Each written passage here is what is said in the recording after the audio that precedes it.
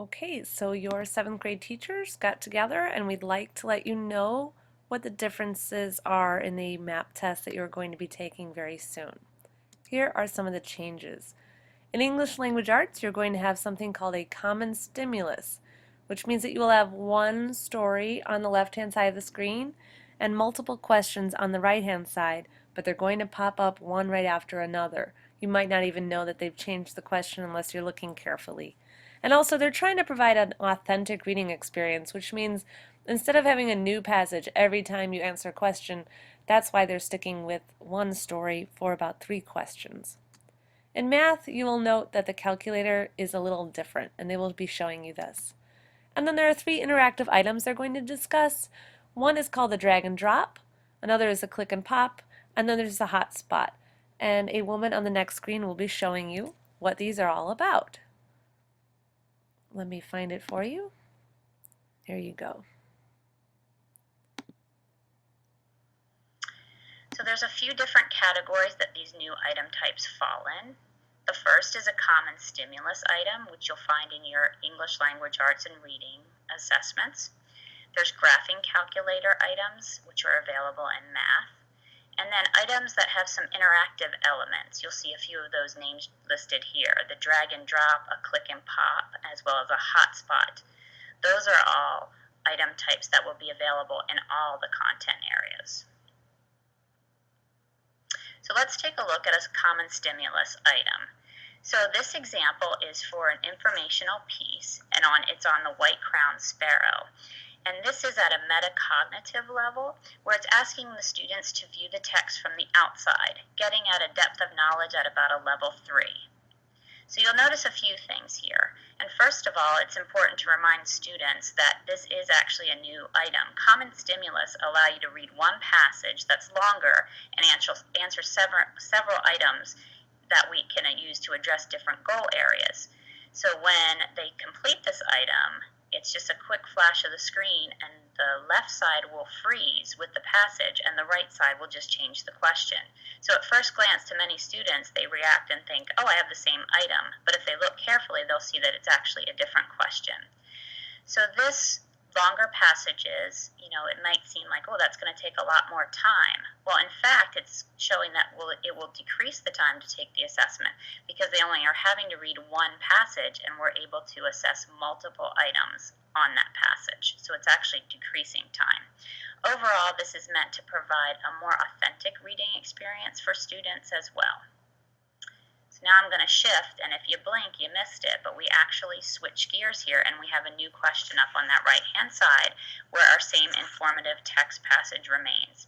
So now this one is asking students to look at the item from the inside and using specific details from the passage to make an inference. This is at a depth of knowledge at about a level 2. The other important thing to kind of note out just from the technical side of it is the scroll bar. That will appear as it always has in MAP, and students will need to scroll when the passages do get lengthier. Finally, our third question on the same passage is a simple fact and opinion, and this is at a depth of knowledge of a level 2. So this example passage has provided us 3 different types of questions to more deeply assess the student's knowledge and again provide that more authentic reading experience.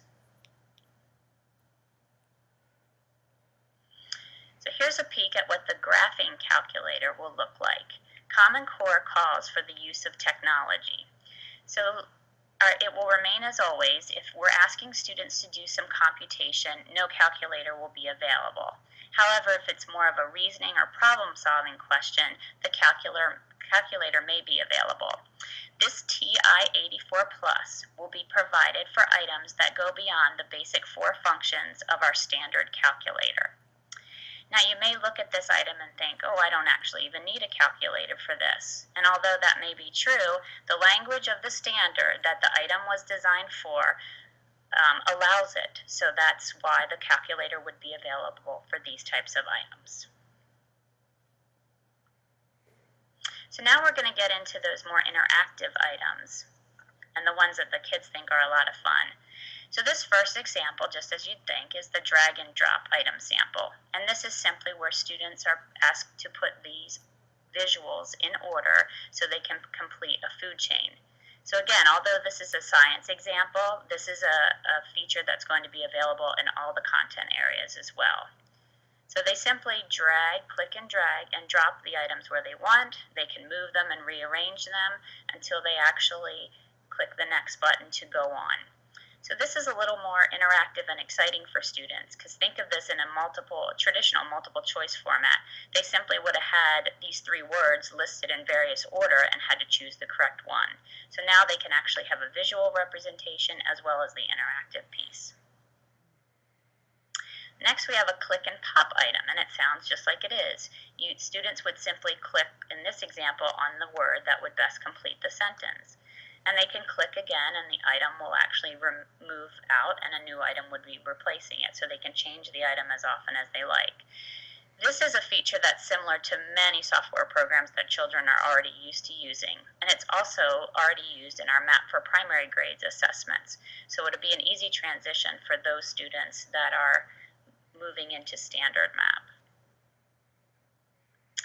Finally, the last interactive item that we have is called a hotspot item, and that simply allows the students to click in multiple places on the screen and make multiple answer choices. So in this example, finding shapes that have at least one pair of parallel sides. So they can have more than one answer, and it just simply clicks to circle it.